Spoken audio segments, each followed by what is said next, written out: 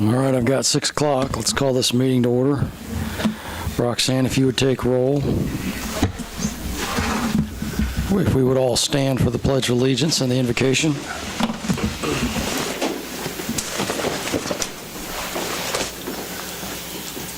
I pledge allegiance to the flag of the United States of America and to the republic for which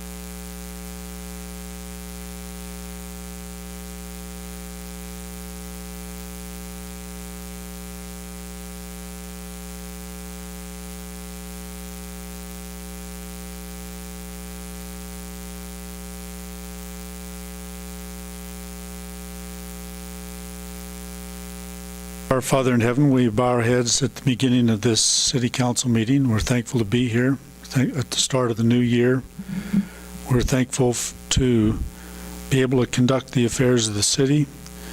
We hope that we discuss thoroughly the items we have on the agenda tonight and can think clearly about the options we have and what might be best for the community. We pray that our utilities and heating systems will work to keep people warm over the holidays or over the cold part of the winter here. And ask thy blessings to be upon us in the name of Jesus Christ. Amen.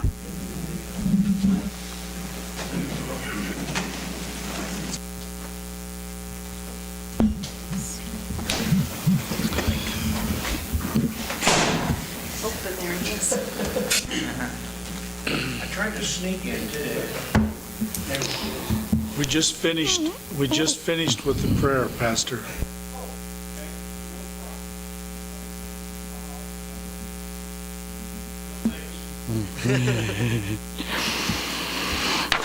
Does the council have any comments on the agenda for this evening? I'd like to defer item 9E, the economic development contract. We couldn't find the assigned version that we redid in July, so we'll just put that back on another agenda once we can get that an updated version on the agenda. I'll move to approve the agenda as amended. We have a motion and a second. All in favor, please raise your right hand. Motion carries. Thank you. Now is the time for public comments. Do we have any public comments? Come on up. Hi, my name's Amy Carr, and I am the program coordinator for the new Drug-Free Communities grant that Allen County received just a couple of months ago. And I came tonight. We are planning a national event at the end of January, the 25th through the 31st. It's the National Drug and Alcohol Facts Week.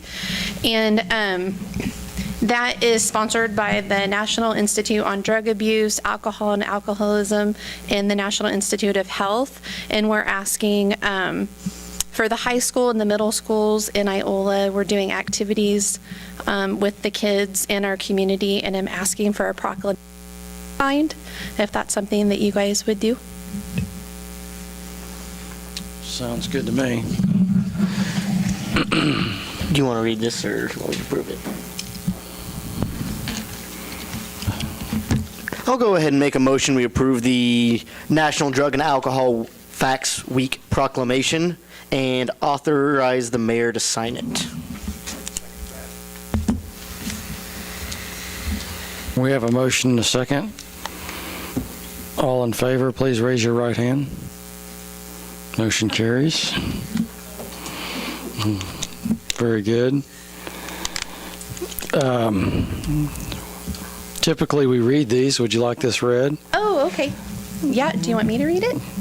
No, Okay. I'll read it out for you. Okay. I think that would be more appropriate. Okay. Whereas National Drug and Alcohol Facts Week is sponsored by the National Institute on Drug Abuse and the National Institute on Alcohol Abuse and Alcoholism at the National Institutes of Health in the U.S. Department of Health and Human Services, in accordance with other federal and private partner organizations, to encourage teens to ask questions about drugs, drug abuse, alcohol, and alcoholism, and receive scientifically based facts and answers in return, Whereas from that day forward, National Drug and Alcohol Facts Week will occur in the winter with an annual 7-day celebration anchored by NIDA's and NIAA's National Drugs and Alcohol Chat Day, an annual event that provides high school students across the United States with the opportunity to ask questions of the nation's leading experts in the field of drug abuse, alcohol, and addictions via web chat. Whereas National Drug and Alcohol Facts Week is a celebration of the inquisitive minds of teenagers and encourages them to ask questions of drugs, drug abuse, alcohol, and alcoholism and get scientifically based answers without judgment or biased comment. Whereas the National Institute on Drug Abuse stimulates most of the world's research on drug abuse and addiction and can offer science as a key element of the national and community conversation about drugs. Whereas the National Institute on Alcohol Abuse and Alcoholism stimulates most of the world's research on alcohol and alcoholism and can offer science as a key element of the national and community conversation about alcohol. Whereas National Drug and Alcohol Facts Week celebrates the efforts of national and community organizations working with teens to encourage this science-based conversation about drugs, drug abuse, alcohol, and alcoholism. Whereas Allen County Drug-Free Communities has chosen Iola, Kansas to officially launch our local efforts. Now therefore, I, Joel Wyckoff, Mayor of the City of Iola, on behalf of the Allen County Drug-Free Communities, do proclaim Monday, January 25th through Sunday, January 31st, 2016 to be National Drug and Alcohol Facts Week. In the City of Iola, I urge all citizens to participate in the activities planned hereforth. I'll sign this. Thank you. Thank you. Do we have any other comments? Couple, I'm sure glad to see Beverly back. I told her what a heck of a way to spend her 80th birthday. She was all excited about it, but I didn't know she was that excited. Anyway, I'm glad she's back with us. The other thing is, this isn't really your business, but I want you up to date on it. Ryan Sig, erase that. Well, he's part of it. But Ryan Sparks and Ryan Sig and the plumber Anderson and Scott Stanley and I and Larry Robinson have all been looking at the football stadium to see what we can do to write a grant. And we now have collected what we think can be the first part of a grant that we're going to seek. And so if I can beat Thrive in getting a grant done before they do, we hope to see some improvements by next fall. So just updating you. Thank you. Do we have any other public comments? Great, thank you. Does the council have any comments on the consent agenda?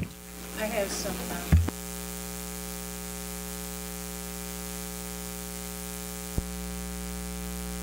This has come up before, but I keep forgetting it. On page 1, personal property tax for $494.32. How come we pay them and don't pay accounting or something?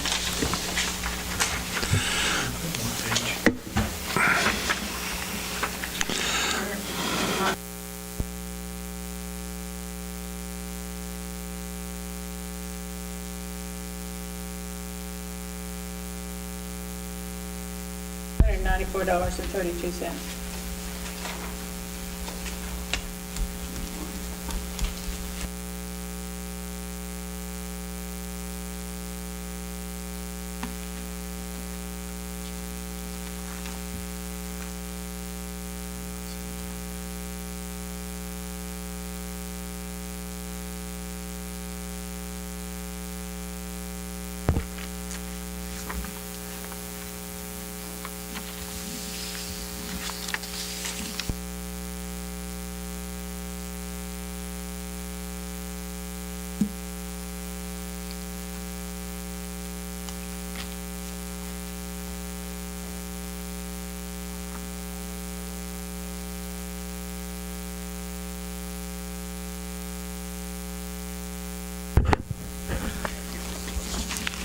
The next one is Kansas State Treasurer. Kansas State Treasurer, it's right below general obligation bonds, $784. I just was wondering what that was.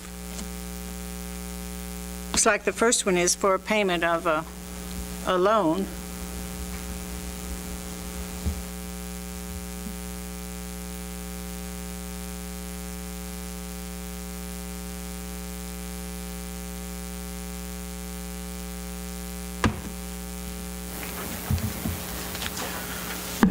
Well, this report unfortunately didn't come out with the account number, so I can't tell which department it was going to.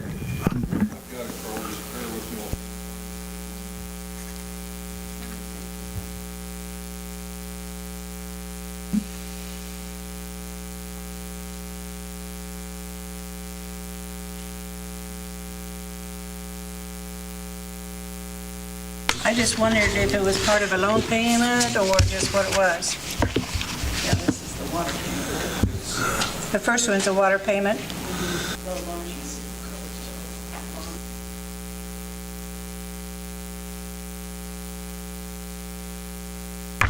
Oh, okay. Now I When people go to court and they pay a fine, part of that goes to the state for their local law enforcement training center. That's how they support that training center, is through fines. Thank you, Corey, that did help a lot. Yeah. one is Lily Towing Service, towing to Chanute, $315. Do we have, does any of our insurance cover that?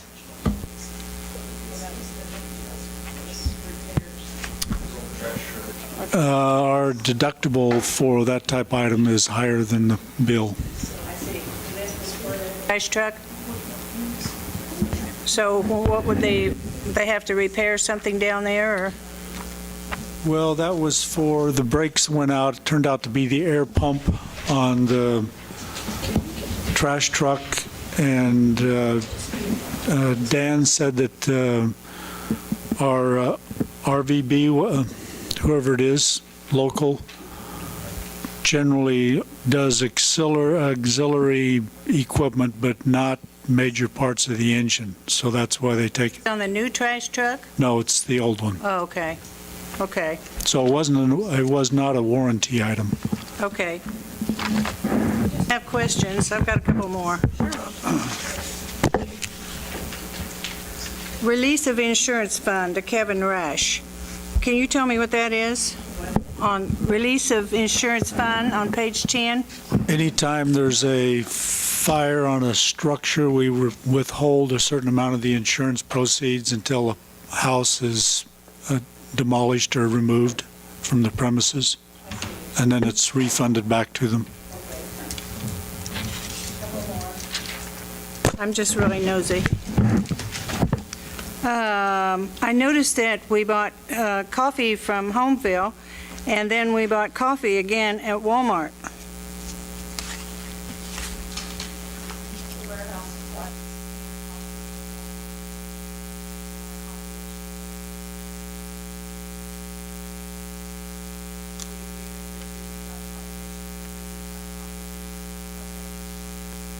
Asking. That's all I have. Thank you, Beverly. Do we have any other questions? Not sure, we did have an appointment for the library board. I'm not sure if that... Okay, so add on to the consent agenda, an appointment for the library board, Katrina Springer, to fill a vacancy.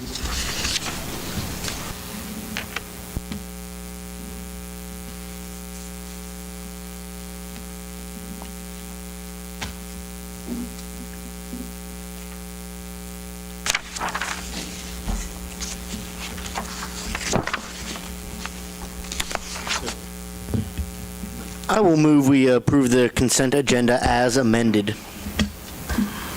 I'll second that motion. We have a motion and a second. All in favor, please raise your right hand. Motion carries. Thank you. Moving on to roundtable, item A, 2015 budget review and 2016 outlook. Carl? Well, we made it through the year in the black, mostly. We had to cut back our expenditures significantly to make it through, and we ended up not transferring all of the money from our electric fund into general, just so we could keep enough money in our electric fund to handle daily cash flow. And another thing we did to kind of ease the transition is, as you noticed on our weekly report that Roxanne put together, in several of the accounts we reduced our carryover amount so that we didn't have to transfer quite as much from our other funds that were where we had budgeted transfers. I did highlight a few items. Our municipal court fines and fees is up a little bit. Our city sales tax down slightly from last year. And our ad valorem property tax is up from last year, not quite as high still as 2012 or 2011, but still above 2014. Our water fund continues to cause concern. On the chart that I put in on page 2, you can see that our revenues in 2011 were significantly below expenditures, and we made a rate increase that went into effect in 2012. But it's not quite enough to bring up revenues over expenditures. I did make a proposal to EMG, our energy management group, to add in water to our utilities that we adjust monthly based on cost of energies, and where we can put in a factor and bring those revenues up a little bit. If we increased it about 7% over 4 years, we would be able to get the reserve margin up to the minimum of 25%, which I think is the minimum necessary to have the cash flow to keep from going in the red when we make our annual bond payment, which is $670,000. That is still in the works. We might have it ready for the next council meeting. Our electric fund, if you see on page 2, our transfers to other funds, we have dropped, the line shows quite a decrease in 2015. That's mainly because we had held up the transfers to general just to make sure that we had enough operating capital in the electric fund. And the main challenge there with the electric fund is the expenditures we made for EPA mandates for our Wartsillas and our 5 EMDs. I think we ended up the year with our transfers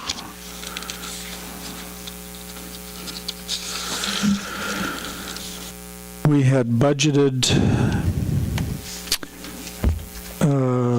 that's not the right one.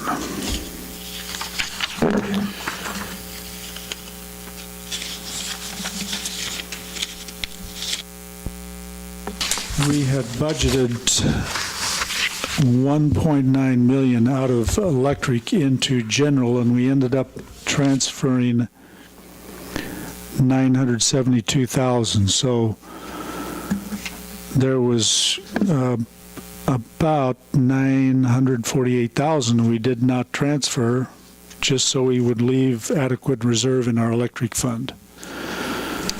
So my proposal is to adjust our ECA, our energy cost adjustment in the electric fund over a period of 4 years to bring that reserve margin back up to 25%.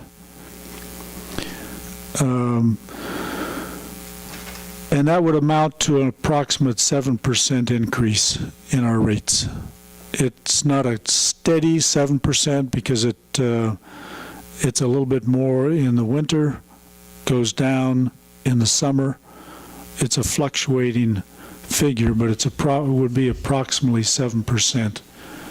And over 4 years, we could bring our reserve back up to the 25. Our goal is 25 to 50% of operating capital. If we make that 7% over 4 years, we could bring our reserve back up to 25%, the minimum that we need. And this is raising rates. Well, you might consider it a rate adjustment, but our ECA is not a rate. It's a energy cost adjustment. It's a little bit easier to deal with than just raising rates. We actually haven't changed the rates in the electric fund since 2008. They've just been going up and down so that we keep our revenues equal to the cost of buying the electric power. But with the expenditures on the EPA mandates, that's just depleted the reserves in that fund. After the reserves are back up to 25%, does the 7% rate adjustment and then decrease? Goes away. Goes away. I say that, and you'd have to remember to do that, but, you know, if you look at our general cost of electricity and our expenditures, they've been very closely matched over the last 3 years that I show on the graph, because we do adjust that ECA on a monthly basis based on our actual cost of the commodities that we purchase.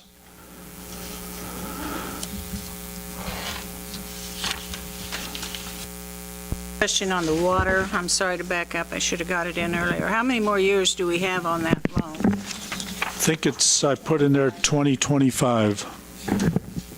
We have 25? 2025. Oh, to 2025. Okay. So another 10 years, 9 years.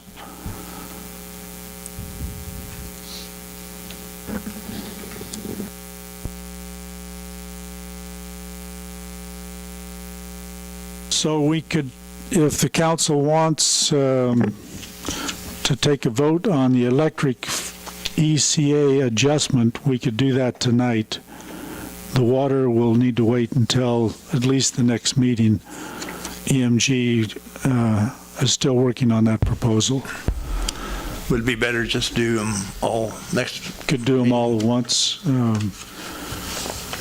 It'll be effective either the 1st of February or the 1st of March.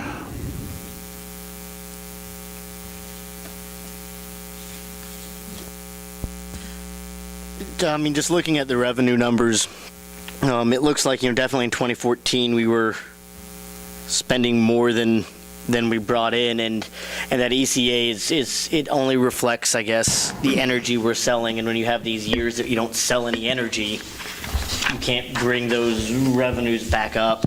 It's not something I really like to do. I know that we're also looking at ways to cut cost here. It looks later on we're to buy some Westar wind energy, and hopefully that can offset some of these costs to the consumer. But I don't necessarily see a path out of this in the near future without this ECA. Well, the ECA is easier to adjust. So if we had an extra cold winter or an extra hot summer, of course, our usage goes up and our revenue goes up. But if you will look on page 3 of this budget analysis, our expenditures in 2015, 8.4 million compared with 10.0 last year. That just reflects a very mild winter and a mild summer. So that's the lowest figure in the last 5 years.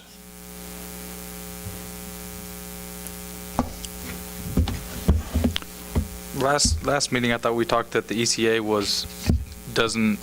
it only adjusts for the input costs. Like if it costs us more to produce that electricity. We can adjust the ECA.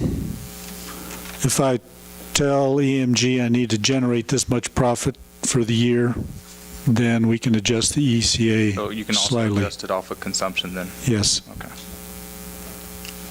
Which is what nobody likes to do. So when Beverly asked, is this a rate increase? Yeah. It's essentially a rate increase, but it's not implemented the same way.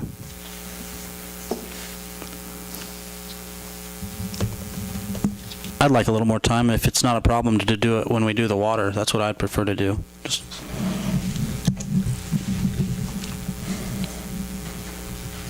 We'll talk just a little bit more about the electric when we get down to the wind energy contract. Just kind of go through some prices. You think we'll have that water agreement done in 2 weeks when we meet again, or you think that's going to be in? We'll see. Okay. I I checked- definitely maybe bring this back up in 2 weeks then if Aaron wants a little bit more time. I don't know if it's necessarily super pressing to do it today, but I'd like to have this decision then by next week, with or without the water agreement. I think that gives us some time to think about it and look at some of the budgets and see what we're doing here and talk about the West Star stuff. So I'll make a motion to table this to the definite time of January 25th, 2016. I'll second the motion. Okay, we've got a motion and a second. All in favor, please raise your right hand. Motion carries. Appreciate it, Carl.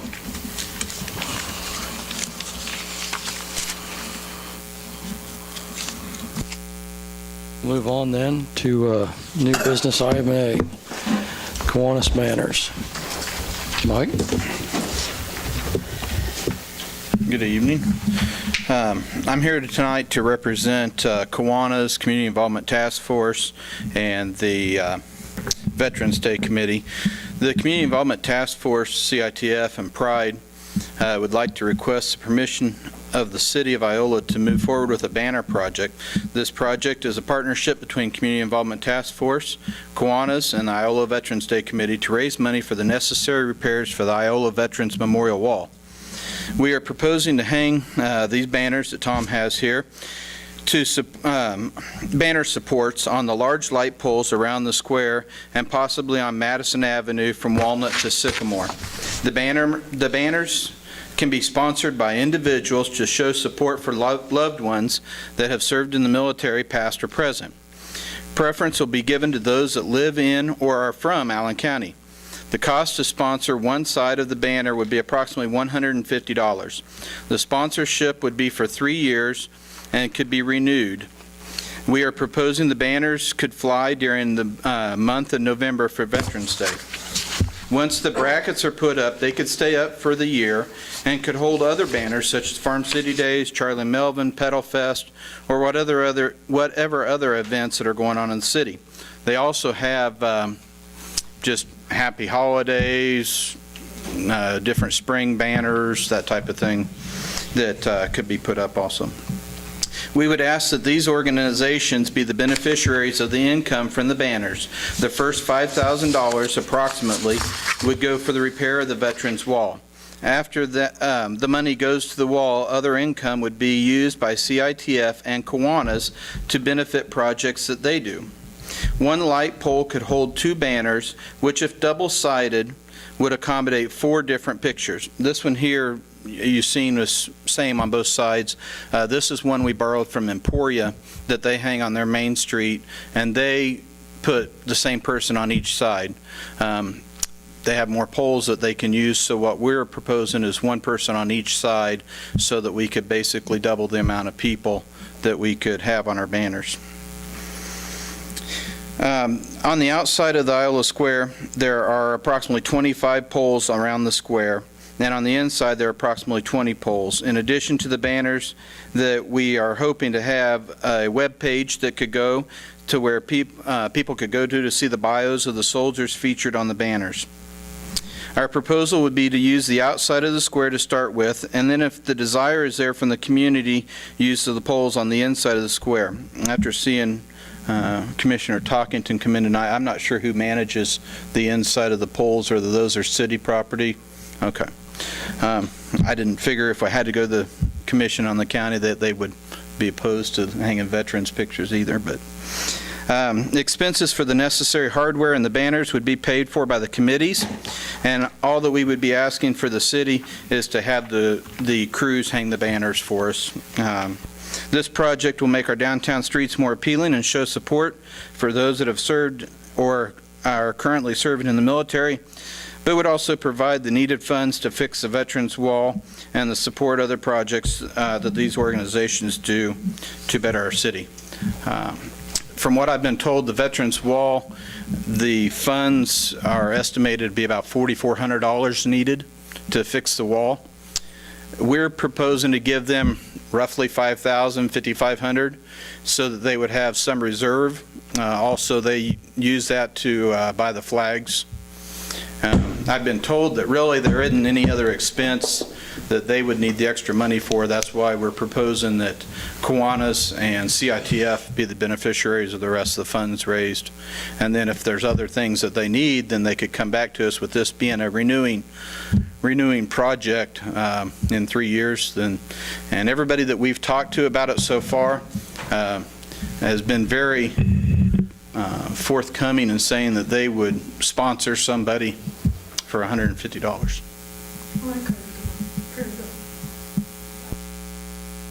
I'm not sure what the repairs are needed. The Veterans Wall has taken on. Tiles will be replaced. The tiles are broken.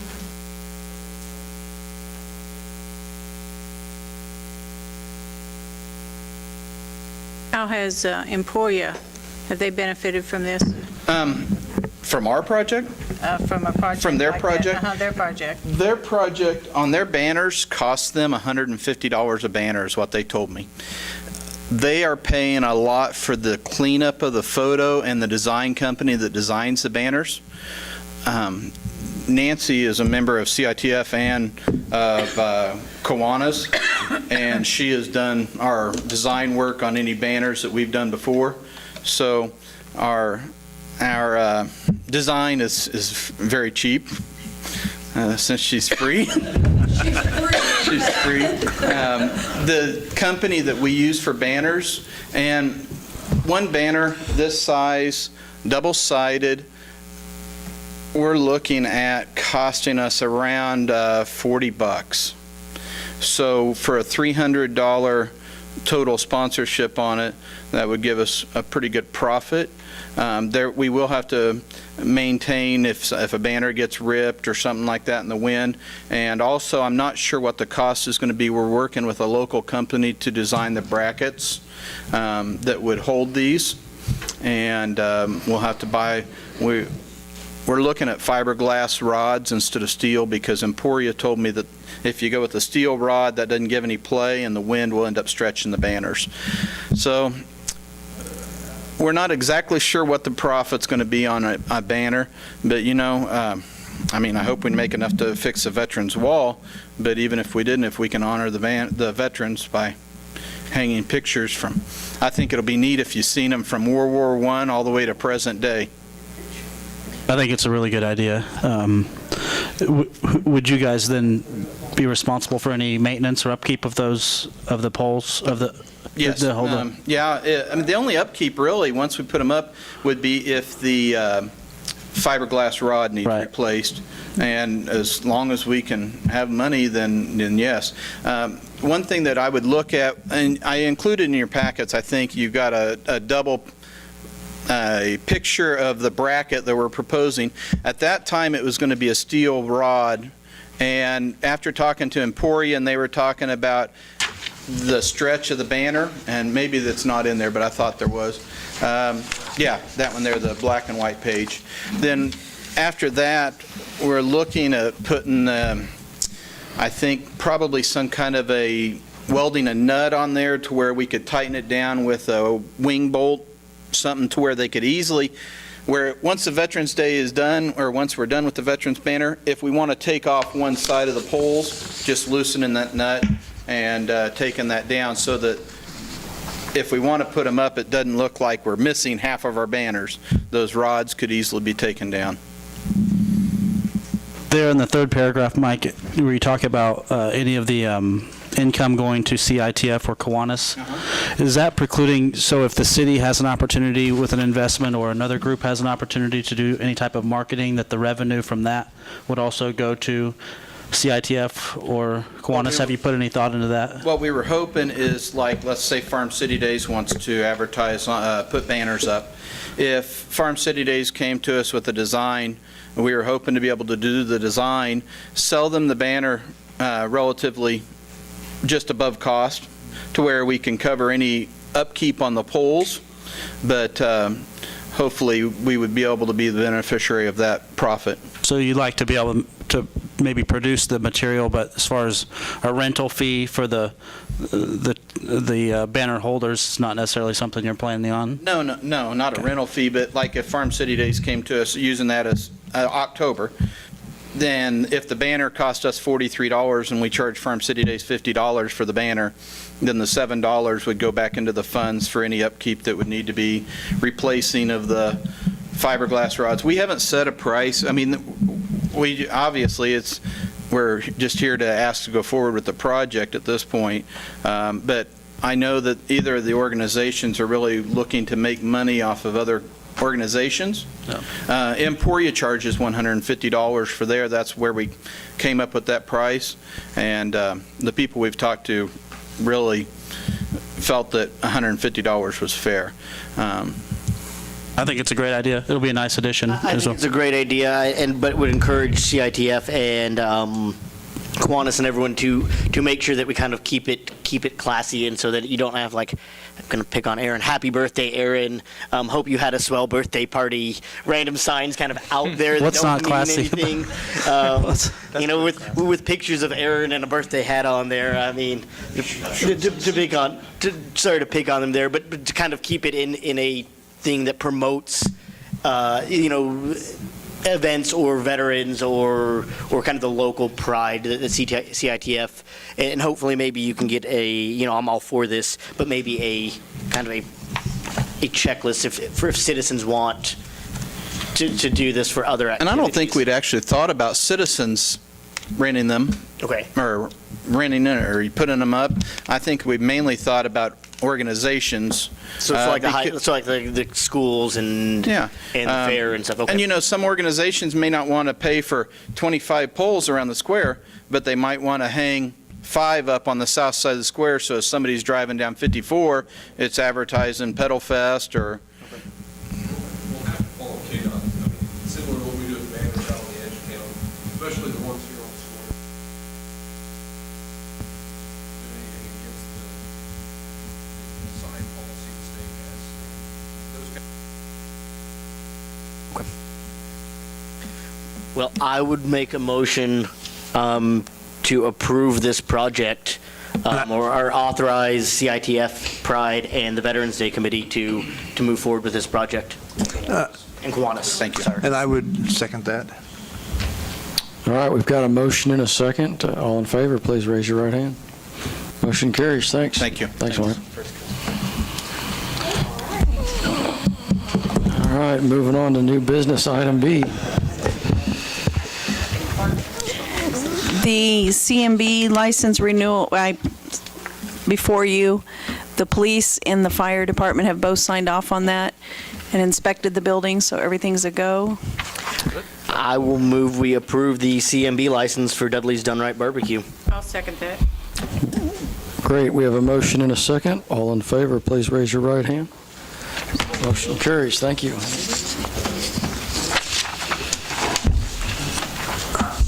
New business, item C, Iola Pride, annual resolution.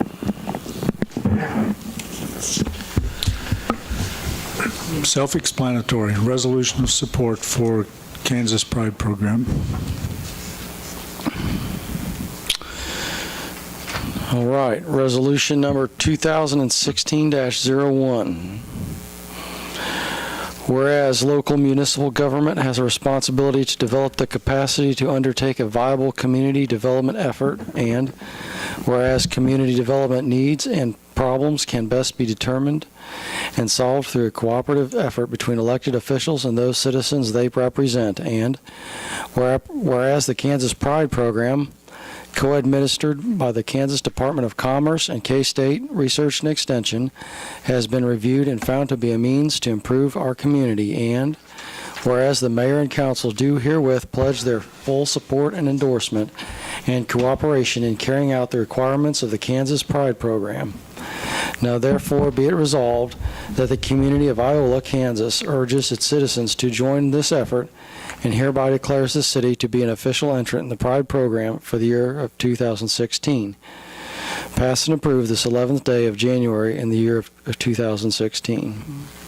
I will move we approve resolution number 2016-1 and authorize the mayor to sign it. I'll second it. We have a motion and a second. All in favor, please raise your right hand. Motion carries. Thank you. New business item D, the Washington Avenue Bridge grant agreement. Corey, you want to explain this, please?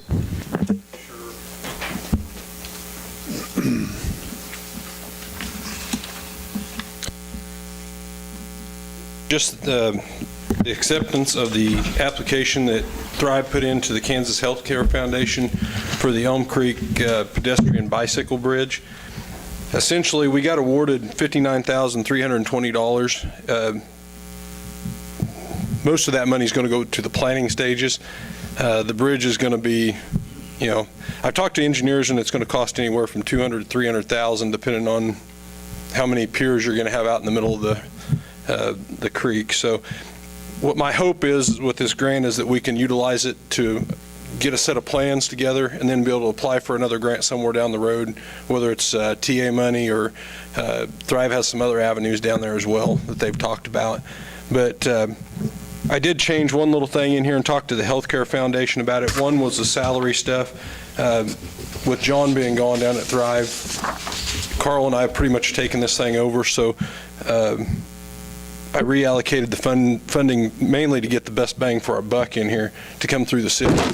And then down at the bottom, John had some crane setup and rental fee in there for like $8,000, which didn't make any sense to me if we didn't have the funding for the bridge. So I asked him if I could reallocate that dollars up into the engineering and design, and they did allow that. So those are the only two differences between the original grant application and what you see today that we're approving. Everything's good as far as the Healthcare Foundation signing off. We just need to approve the resolution that's in your packet, and then approve the mayor, which approves the mayor to sign the grant agreement, and then we can move forward. Yes, Corey, under the heading, I'm looking at the Healthcare Foundation of Greater Kansas City application budget worksheet. Yes. And narrative template. Under equipment and supplies, where it lists the prefabricated lumber bridge at $195,000, is that just a notation of what he expects it to? Well, yeah, and that's what they had talked about, a timber bridge, which, I've looked at, Carl's looked at. I'm not real sure that's the avenue we want to go because there's a lot of maintenance in that. My hope is that we can get one of our engineers on board to give us a good idea and a cost estimate. That's what Thrive put in the grant for a pending grant, maybe, of what it would cost. They based that on that timber structure is what they based it. Yeah, and you mentioned $200,000 to $300,000. That's what Is the expectation that we're going to get a grant to cover that full amount? My hope. I know that if we go with a TE or a TA grant through the state, it'll be 80-20 matching, and that just kind of depends on, whether or not you get funded fully from the state. There are some other avenues. The Sunflower Foundation, John had mentioned in here, also trying to get some money from the Sunflower Foundation for some funding. So there are some other avenues there after we get a little farther with the design that we can decide which way to go. So if we move forward, we accept this grant here for $59,000, is that then putting us on a hook, so to speak, as far as moving forward with the bridge? Because no, my understanding of the grant is that this will just fund the design. Basically, what you see in the cost of the HDF funding Right. is what we've got to follow the guidelines. The other stuff was all pending. It's just some more information they provided to the. We could design a bridge and then never ever build one. Well, I suppose you could. It wouldn't look good at getting another grant with the Healthcare Foundation if we did. Well, I understand that, but I also understand that, I mean, depending on the time frame for this, and a bridge is great, but Correct. I just want to be clear that I'm, agreeing to this part of the grant from my perspective I'm not committing to a $300,000 bridge, And so.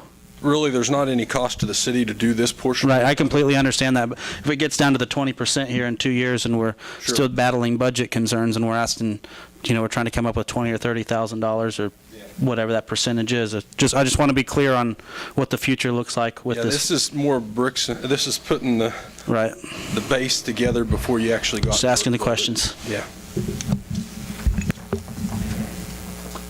Any other questions, guys?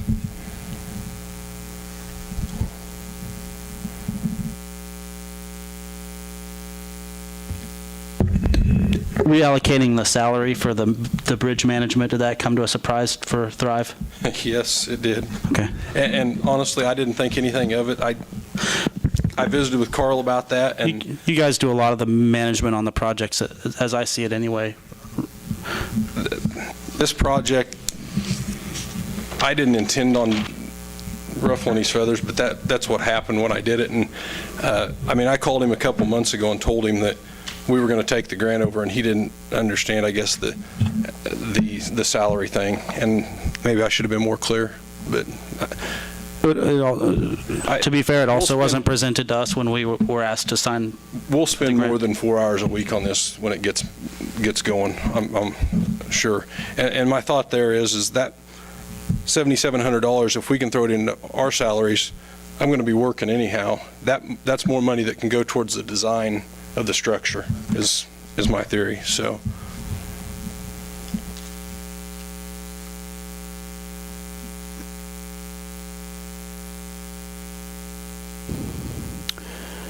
Do we have any more questions, comments? Carl?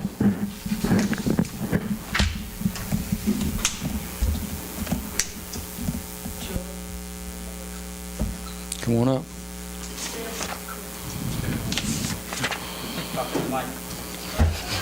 I will. I'm proud you're doing it tonight. And Bev did real well. I'm not sure about Austin yet, though. Anyway, I'm very hoarse, so if you can't hear me, I'll get closer, but it will hum. About 5 years ago, CITF looked into this bridge when we first put the parks on both sides. And Corey helped me. I was all excited. I thought I had 2 bridges. King took me around to the one in Neosho County, I think it is, and the one out by Humboldt. And I thought, whoa, we got bridges. So he checked into it for me, and helped me, the Salina group. Oh, Schwab Eaton. Yeah. They said it can't be done with that. We also had checked on the fish and game people. Mike got him in, and we had him go look at it with Mike and Corey, and they said, we've got to be really careful. Everything we put in that water disturbs the water flow, and because it floods so easily, we had to be careful. So CITF backed totally off of that, and we knew at that time they had told us $200,000 and $300,000, and so we just kind of backed out of that and started on new projects. But we've been looking into this for 5 years, so this wasn't a surprise that was just engineering and won't even cover that. To finish up, if you guys approve this tonight, what my thought is I'll probably pull in Schwab Eaton. They do our annual bridge inspections on our other structures here in town. Are very familiar with that area down there as well. And I would probably bring them down to get some ideas and start bouncing that thing around.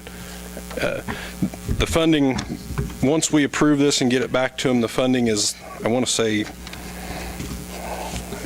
it was 20-some thousand right off the bat from them, and then another 20, and then the final payment. So, any questions, concerns, guys? One of the other concerns that we had discussed was along the line of the question Aaron asked, is that if we approve this grant, does that prevent us from applying for any other project until this project is finished, meaning bridge in place? But from what we understand, if we complete the scope of this project, which is design, then CITF or someone else could apply for another grant through the Healthcare Foundation, because we're not sure when we would come up with another source of funding to put the bridge in.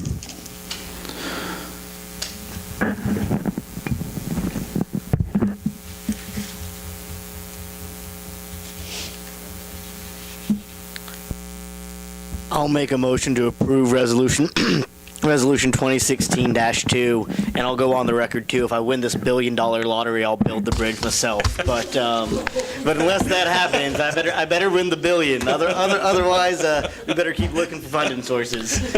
I'll second it. I'll I'll second the whole thing.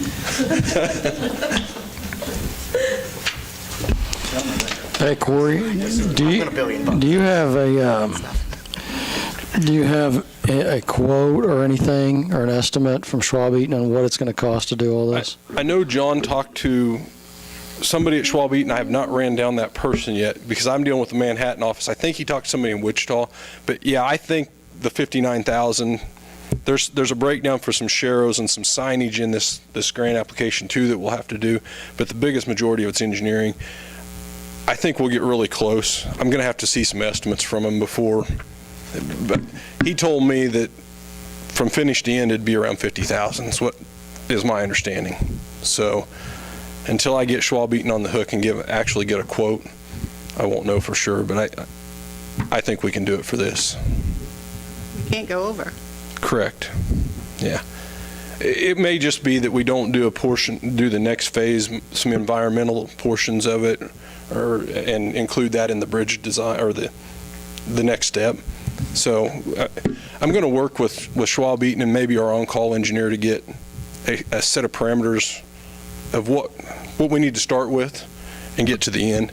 So, at the end, we may have to bump off the last thing or permitting or whatever it might be at the end. So I feel confident we can get a good portion of it done and have a shovel-ready project, I guess, is what my hope is, if we can find some other funding. That answers your question, Joel? Yeah, okay, that does. Okay, we've got a motion and a second. All in favor, please raise your right hands. Motion carries. We also need the first recommendation, accept the grant. The resolution accepts it.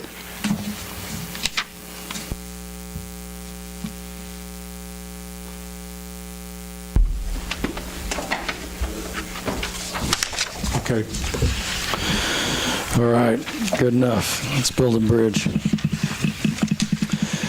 We'll defer item E, move to item F. Municipal Code Revisions Review. This is an ordinance prepared to make some of the corrections in the municipal code that we've been working on for practically 2 years. It's the first half. The biggest portion of this is the updates or the proposed changes to the Chapter 34 fees section.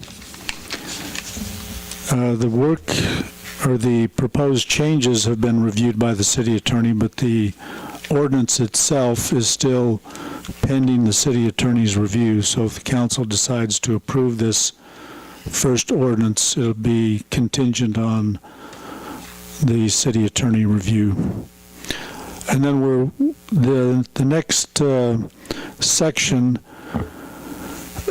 after looking through some of the chapters on animals and dog ordinances and vicious dogs, dangerous animals, we need to do some work to correct our wording to make it something that coincides with current law and practice. So it's going to take us a little bit longer to bring back that other portion.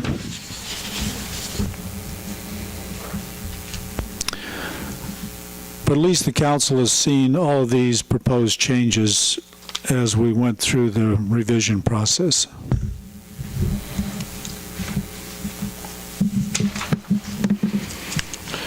Excellent. Does anybody have any questions for Carl? All right. Thank you, Carl. We appreciate it. Guess we'll be looking for another revision. We do need approval for this ordinance 3454. I would make a motion that we accept ordinance 3454. I will second that motion. The second part of this will be another ordinance, and it will cover the remaining chapters of the municipal code that we've not completed. Okay, gotcha. All right, we've got a motion and a second. All in favor, please raise your right hand. Motion carries. Thank you.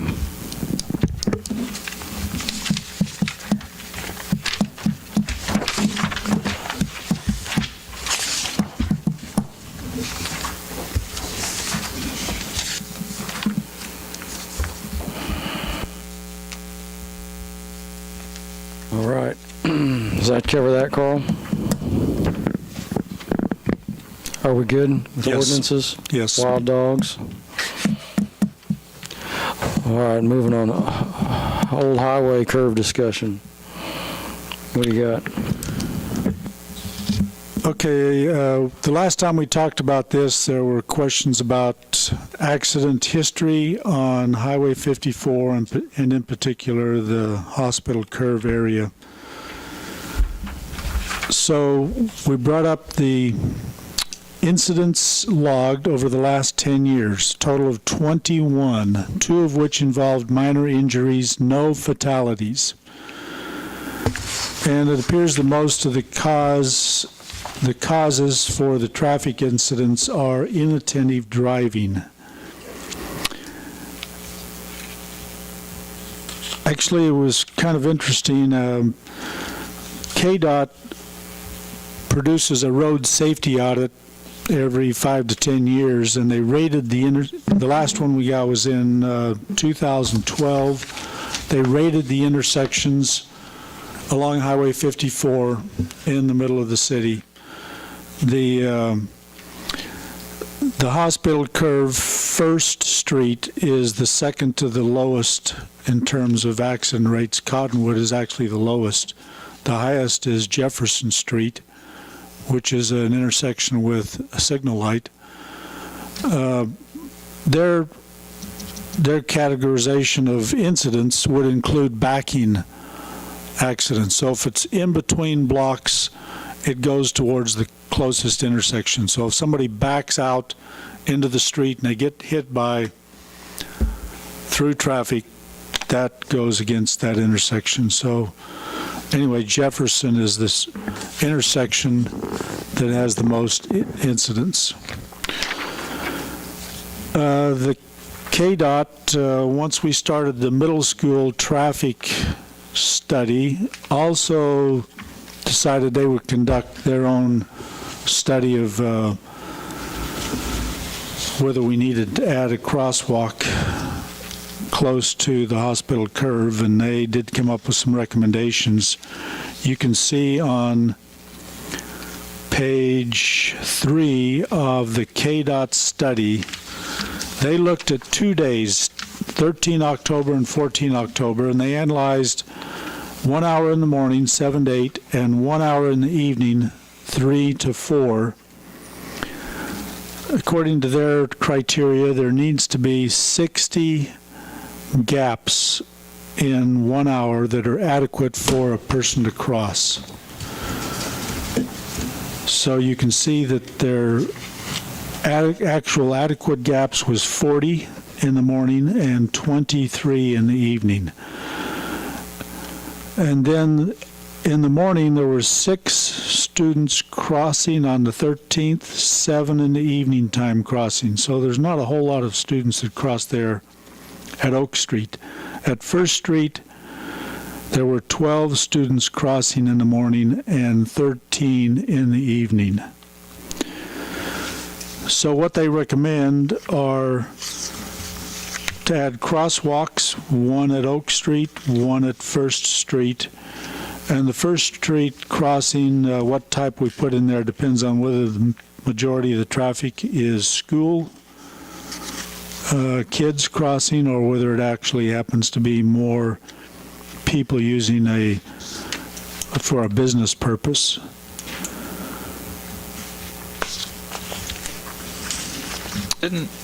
I can't find it right now, but didn't it also mention lowering the speed through that area?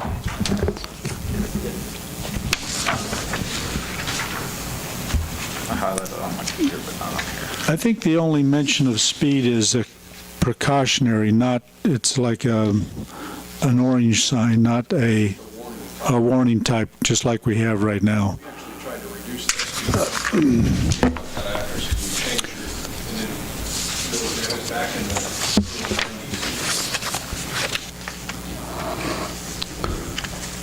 I think if you have the bright green signs with lights around the edges, you don't have to change the speed limit to still get people's attention as far as that goes. Well, the numbers are pretty low for accidents there, but it only takes one little kid getting hit. And the concern, it is inattentive driving was the thing that they mentioned was the cause. And we've had, I would guess, Donna, do you know, a 33% increase at students at the middle school with adding the fifth graders, or is it more than that, you think?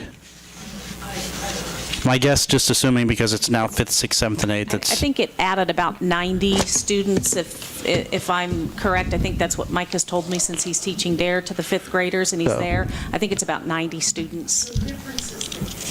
That's what I'm exactly right. So, and there's the study's a little older compared, considering that we've had a change in the school district alignment, and those newer kids are younger. And I think even though this is just a 2-day study, I would have liked to see them do more than just 2 days and 2 hours. But I think this is indicative of needing at least a crosswalk. I mean, as far as adjusting the curve or adjusting the grade there at the hospital, we might be able to get away from doing that, but I would at least like to see us maybe do something there at Oak Street first. Their study does show that there's not enough gaps. Right. So obviously, if you need 60 gaps and you're looking at 23 in the afternoon, that's not enough gaps. So it does warrant us especially for a 10-year-old's judgment. Yeah. While we're talking about equipment or putting in lights, adding signals, those types of things, I'm curious, does there exist a city exchange?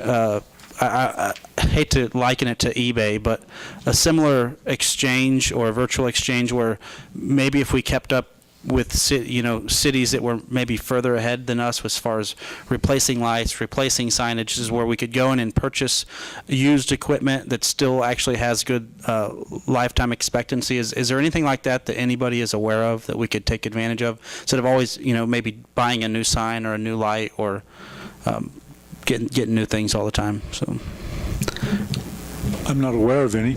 It's not to say there's not. Are you thinking more of the poles?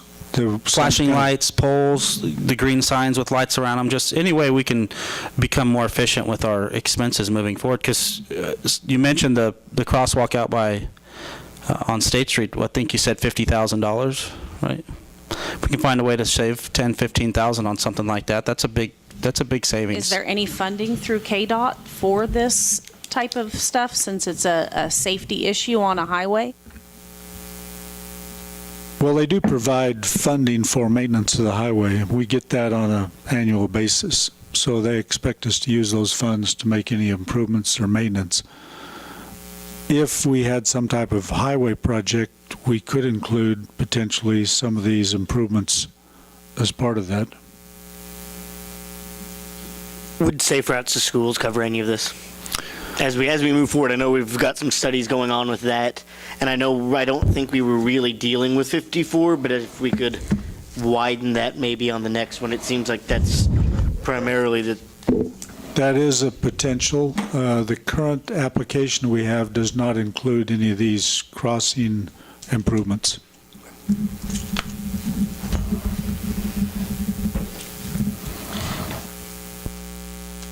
I know as well at one point, Corey, we were talking about that we have some outdated equipment all over the square, and we had held off on changing some of that equipment out because of the theoretical eventual update of the road all the way down to the base, that we'd have to change out some of that conduit underneath the highway. I'd imagine if we're installing this, we'd have to do something similar there, where we'd have to probably rip up parts of the highway to get this underneath. Depends on the type of signals here, whether it has to have a sensor under the road. Okay. What is the cost of the school crossing signs and painting a crosswalk? What kind of cost are we looking at on that, just to get us started with something? That's why I was thinking, at a minimum, signs and paint lines across the road. Just to get something going. How much money do we have left over from the sidewalk deal? Oh, yeah, true. About 22,000, I think the last I asked. Can that come out of that sidewalk fund? Could. I mean, We will need to prepare some cost estimates to bring back to the council. I think that would be good, just to get the cost on putting those ramps in, painting the street with the crosswalk, and adding the signage. I mean, those school crossing signs tend to get people's attention. Yes, and the flashing lights. If someone's waiting to cross, you have to stop. Well, another thing, we did engage the services of AMEC Engineering to take a look at other possible improvements. For example, if we took out that retaining wall and sloped the ground back, it would not affect the development any, and would increase the visibility. And so we're kind of looking at that as an option. And we don't have that information back from the engineers yet. So once we get that, we can bring that back to the council. Yes, along with some cost figures on what some of these crossing improvements would run into. I don't know that we necessarily need to spend $50,000, especially for one that's right at the corner, or right there on the curb, because that's going to be pretty tough, because then you have to put lights way ahead of it and way ahead of it the other way. Yeah, so, but just crosswalk and some flashing lights would not cost that much. Yeah. I would not want to see one at First Street. Even though that's where most of the kids cross. Now, there's going to have to be some education that accompanies this, a little bit of coaching. Yeah, maybe we could get the just as a friendly. Yeah, I'm just probably not talking very loud. I'm sorry. Let me scoot up here. I'm sorry. Get my command voice out. What about the recommendation we had last fall where we changed to one lane each way and a lane in the middle? We asked this AMEC engineers to give us if there's any criteria on making that decision. And Corey, you said we lose highway funding based on the laneage of the road, so we'd lose 25% funding. Yep. Oh, really? Oh, okay. I thought you said it was per lane, so I was just doing the simple math, 4 to 3. So.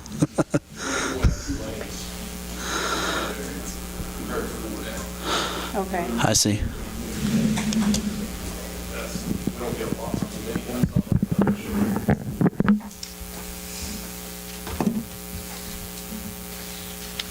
So I guess we're looking into signs and paint costs and a flashing light cost. Yes. And retaining wall costs. Okay.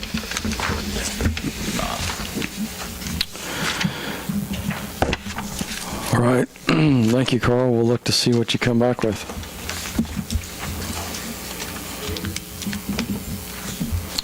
Moving on to item B, wind energy.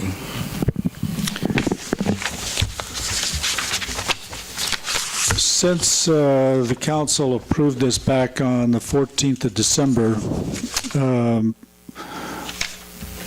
I realized that I did not present the right time frame for this agreement. I think I mentioned it was 3 to 5 years, but it's actually 20 years, and they are still kind of working on the final wording. There are just a couple of minor changes with this power purchase agreement. And I do have the cost of the power per kilowatt hour that of what we're going to pay for this power, and I could present that to the council in an executive session if you'd like to hear those numbers. Just to give you a little idea on that, the information I put on this sheet is from June, but it's pretty close to what we pay the rest of the year. Westar, right now, we're averaging $37 per kilowatt hour. KCP&L, $40.36 an hour. Our SPA power, that's the Southwest Power Pool, that's the hydropower. We pay $47.33 per kilowatt hour. On top of that, we pay $11.95 per kilowatt hour for transmission. And then we have other management fees on top of that. So if the council would like to review the cost, then we can go into executive session under confidential data relating to financial affairs or trade secrets of corporations. What do we need, a 5-minute executive session? 5 minutes. Well, I'd like to know the cost before I vote on it. So I make a motion for a 5-minute executive session. I'll second it. All in favor, please raise your right hand.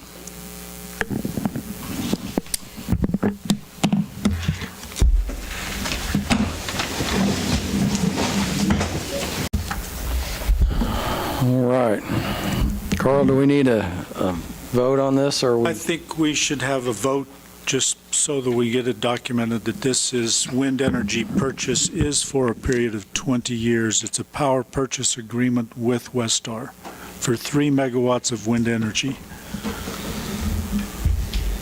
I'll go ahead and make that motion. The numbers you've ran by, I know we can't really detail them until we get the inks and all stuff dry because of confidential data, but I would say that this is going to save the consumer some money, and I'll make the motion that we approve the PPA for 20 years. I'll second it. all right, we've got a motion and a second. All in favor, please raise your right hand. Motion carries. Thank you. Appreciate that information, Carl. Now we're moving on to item 10, executive session. What do you need there, Carl? Well, before we go into executive session, I just want to bring up the information I put in the packets on the firefighters grant for a truck. The reason this came kind of at the last minute is sometimes the fire station is not sure whether they are going to be able to apply for a grant. And when it comes to budget time, I have not allowed the fire station to put in money into their budget for transfers to equipment reserve because they are essentially the few, probably the only department that is able to get grants for this purpose. So even though this year we were tight on cash, it only makes sense for us to apply for grants to replace these vehicles rather than foot the bill entirely ourselves. So, and it's hard to look at the actual cost of how much the repairs are And it doesn't make much sense really to look at mileage because trucks sit in the barn most of the time. But we did put in here how much has been spent for repairs over the last 5 years. It's not substantial, but the truck is old enough that if we can get a grant to replace it, I support this grant application. I was running the numbers, and we're looking at 15,000. Even if we put 15,000 aside for the next 20 years, that may cover the cost in 20 years of the truck today. It doesn't make any sense not to apply for this. I know it's not necessarily budgeted for, but if somebody came to you and says, hey, I'll give you a $300,000 house, can you come up with $15,000 in the next year? I would say they're on drugs. I would say they're on drugs too. But here, I think it just makes sense. And, kudos to the fire department for finding this and trying to keep costs down. Yeah, I agree. It's a great grant. I mean, it really is. And I said that the other night, that it is. It's just that money's tight everywhere. And much like when we were talking about the life packs a few months ago, we asked that when we're talking about purchasing stuff, that the supervisor be here. That also played into it. Had you been here, Tim Bob, you might have been able to answer a lot more questions for us. Yeah, that's why I showed up tonight.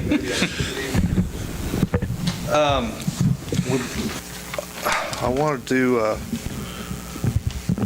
tell you that in the past we've applied for craft grants, which is the Kansas Revolving Assistance Fund, and it's through the Board of EMS. And Ryan just recently has put in for a craft grant for 2 Life Pack 15s and a Stryker Power Cot, and he wanted me to pass that on. With Carl has given us permission in the past to put in for this.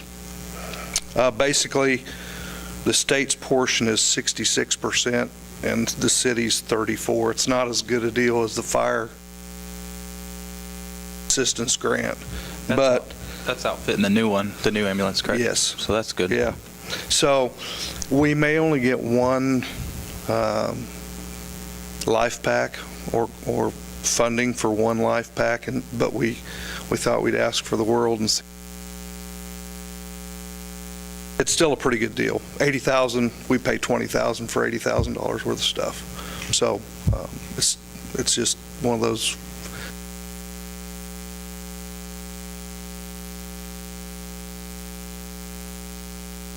Times are hard, I realize that, but that's probably the best time to put in for things when you can get them for cheap. And that was one of the things that scared us too, was we knew we were going to have to outfit that ambulance. So you're talking 15,000 now, and then you're talking however much later. But that's pretty good news too.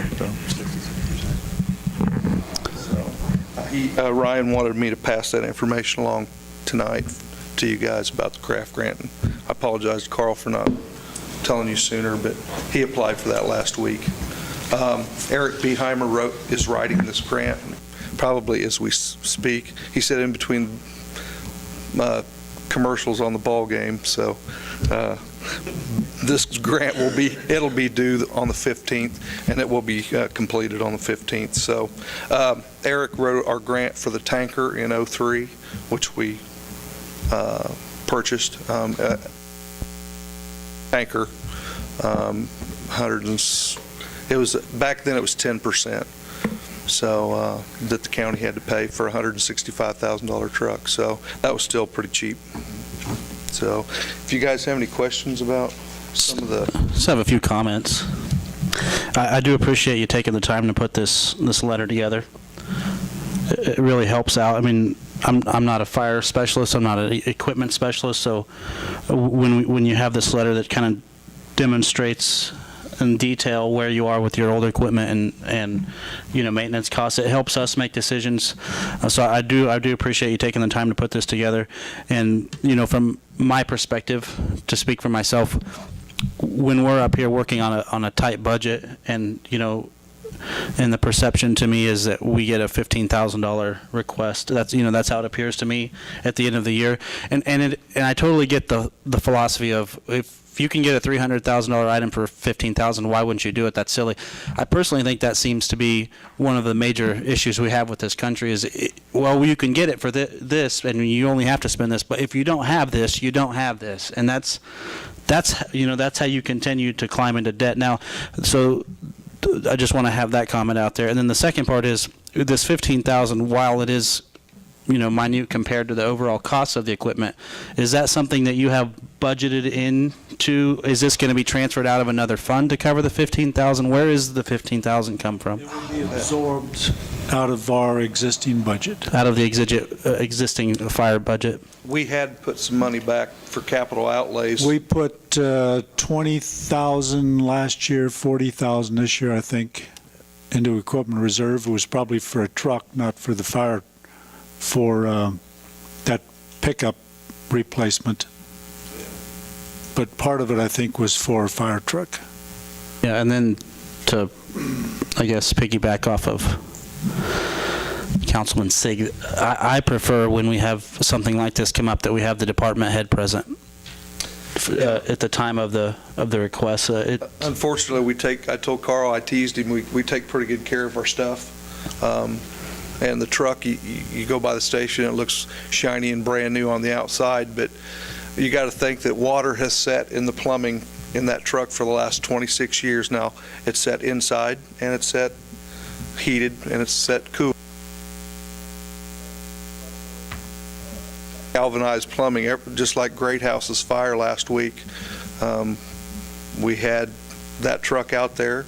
It malfunctioned. Actually, it blew a galvanized inch and a half lines, and it's just getting old, and you know the details. That's why I think it's important to have you here when we're any department head, as far as that goes, when we're especially last minute requests adding to the cost of our expenses. Wasn't that 40,000 we put back for them? Did we cancel that, didn't we? I was just looking through my budget forms just to clarify that number, and I didn't bring the fire department budget here with me. I know in the last few years we put some money back for capital outlay for vehicles. That was part of that 320-some thousand we took out of the budget. And that's kind of where we get into this catch-22 where we say, did you budget it? This is a great deal. Oh, we're not going to let you budget for something that we know you're going to need in the next 5, 10, 15, 20 years. Even if we let you budget for it for the next 20 years, the inflationary cost is probably not going to let you buy it in the next 20 years. Carl, when I was tracking as well the numbers, and we haven't had an update in a couple months, but it looked like fire EMS was going to be under again. Do you have final year-end numbers, or can you get those to us for next meeting? Last I had checked, we had budgeted something like 2.4, and you were on track for 2.1, 2.2. Well, we have to approve this tonight anyway, right? We already approved it. Right. They're just applying for the grant. Yeah. It's already been approved. Yeah. They're just applying for the grant. We don't even know if this will cost us. Yeah, we're hoping for the lottery. It's kind of like winning the lottery. Just because we put in for it doesn't mean we're going to get it. But best, I think, as a community if we did get this grant. So that's how I feel on that. Well, I do have some numbers, but they still don't have the last payroll. Let's just wait then until they're closed out. I mean, get the year-end numbers, and just bring them to the next. No, it doesn't play into this anyway. So it's not going to play into this anyway. Okay. Yeah.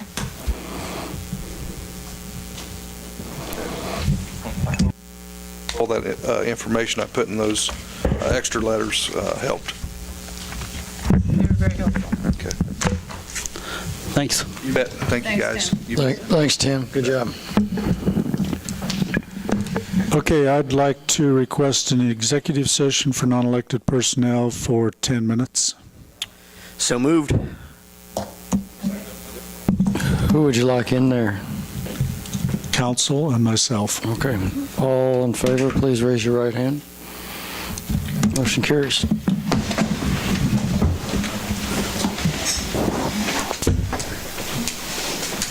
We're back out here. Always on vacation most of the time. Moving on. Council administrative reports. This weekend it was pretty cold Saturday night, and I just want to say a thank you to all our guys and gals we've got running electricity, because my heater was running almost nonstop, and I'm just glad we've got good power in our community. It's nice when it's 5 degrees outside. John, you got anything for us? I got a couple of things, again, kind of reiterate that, and not even just when it's nighttime, but I was out the other day, and I think the high was 9 or 11, and I saw the meter readers going around reading meters, and I was like, well, it's just cold. It's cold out, and there was some wind and some bad weather, and I was like, that's really nice. Over the break, I wanted to thank all the crews as well. It's the things you forget about small towns that don't happen in big cities. I was coming home Monday, and I had someone staying in my house, and there was a tree that managed to make the front page of the paper. My mom was real proud of me because I made the front page of the paper, but it wasn't me. It was, in fact, this tree that fell down in the middle of the city street. And I'm trying to get home, and the weather's kind of bad, and I keep getting delayed. And I had someone house sitting, and I get a call around noon or 1 that the city crews were there cutting up this tree in the road. And it was just really great to think about when things happen, how the community does come together.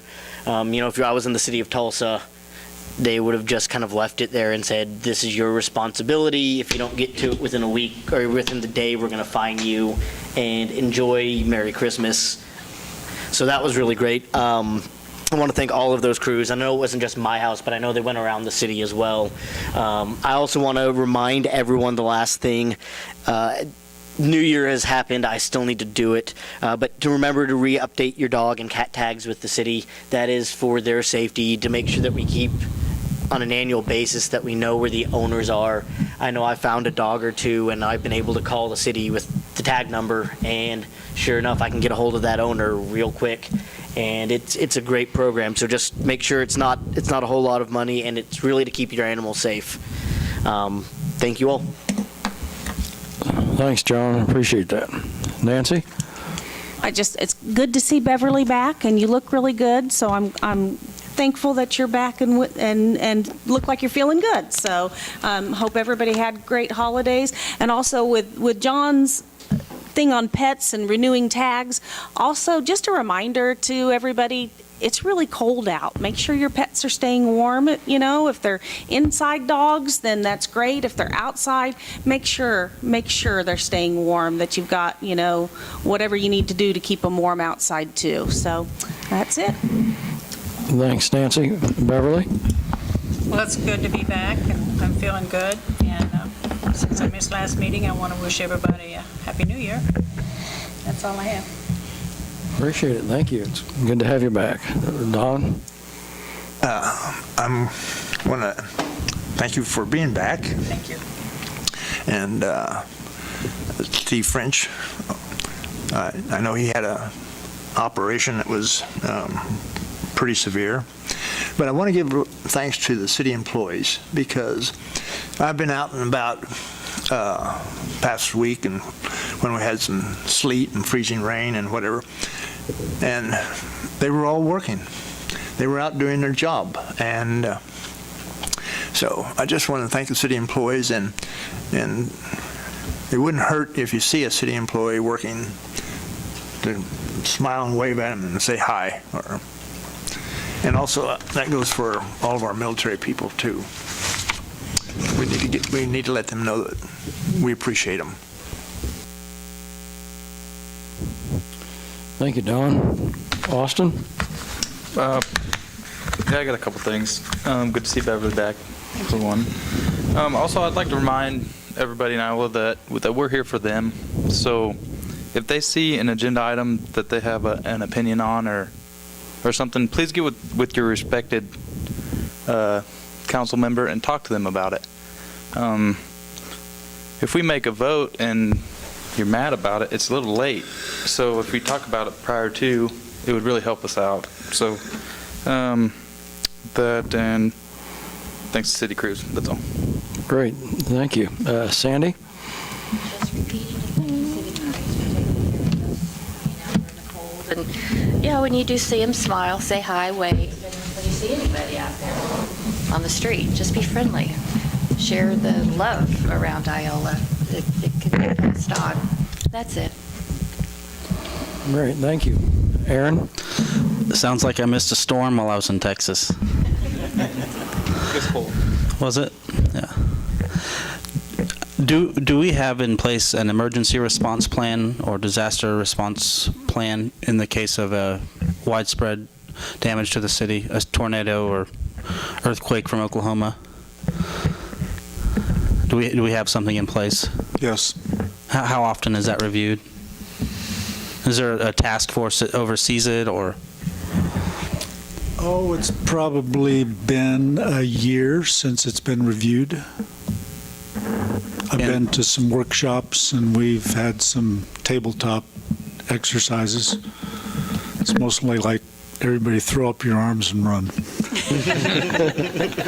I've seen a lot of storm responses, and there's definitely some good things to do and some not so good things to do. So as long as you can never be perfect in those situations, but as long as we're proactive, that'd be my concern.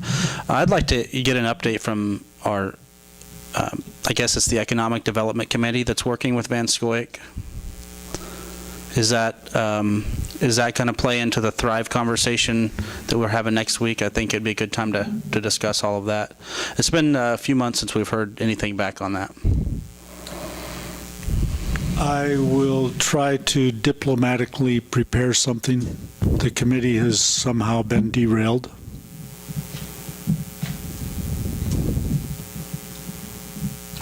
I'll prepare something for the next meeting. They sound like they wanted to come give a presentation. I have heard that they haven't met in several months. I'll prepare something for the next meeting. Great, that'll be excellent.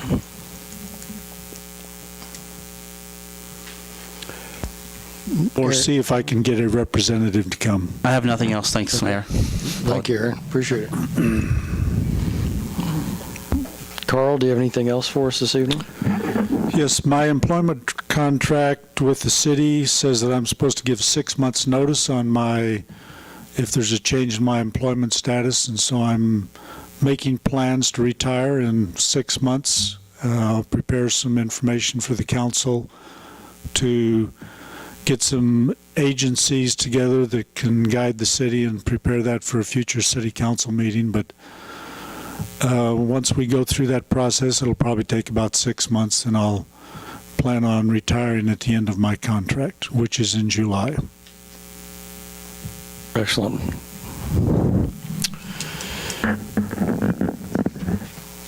All right, thank you. Any more comments this evening? Don? I'd like to make a motion for adjournment. I'll second that. All in favor, please raise your right hand. Motion carries. Meeting adjourned. Thank you.